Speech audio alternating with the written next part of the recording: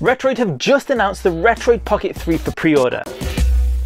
Like so many of you, I have been waiting and anticipating the Retroid Pocket 3. The Retroid Pocket 2 Plus has been such an amazing console, and for the price, it was absolutely mind-blowing. So expectations for the Retroid Pocket 3 have been through the roof. And today is the day where we find out about the Retroid Pocket 3, and it's available for pre-order at just $119, absolute bargain. It's not going to be long before this thing's sold out, leaving me worried about what I'm missing out on. However, after a bit of time and looking into it some more, I'm actually not that bothered. I'm kind of glad I didn't end up falling for the trick of FOMO and pulling the trigger straight away before I found out all the details about the Retroid Pocket 3. You see, I, like a lot of people, have had high expectations for the Retroid Pocket 3, so I was almost certain it was going to be an improvement on the Retroid Pocket 2 Plus.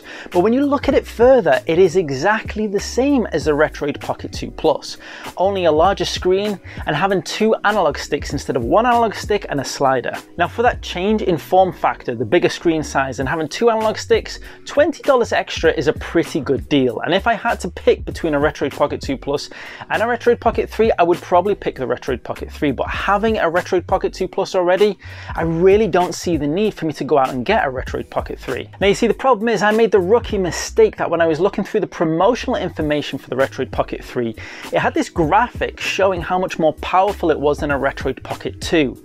Not a Retroid Pocket 2 Plus. And I made that mistake of missing the fact that it wasn't the Retroid Pocket 2 Plus, it was just the Retroid Pocket 2 that it was improving over.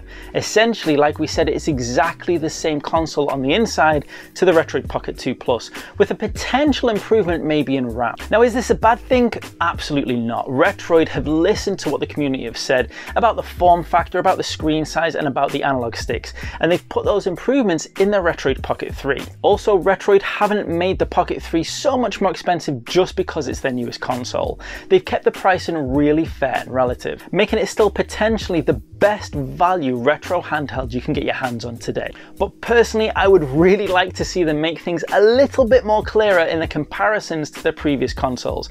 I believe the Retroid Pocket 3 should be compared to the Retroid Pocket 2 Plus, not the Retroid Pocket 2. Because if I almost made this mistake, and I would have made the mistake had it have been available for me to pre-order, then I'm sure many other people out there already have or could potentially make the mistake in the future. But what are your thoughts? Are you excited for the Retroid Pocket 3? Did you get a pre-order of your own? Are you thinking about getting it if you've already got a Retroid Pocket 2 Plus? And did we maybe potentially save you making the same mistake I almost made? Now, if you want to check out some other awesome retro handheld devices, then check out this video right here.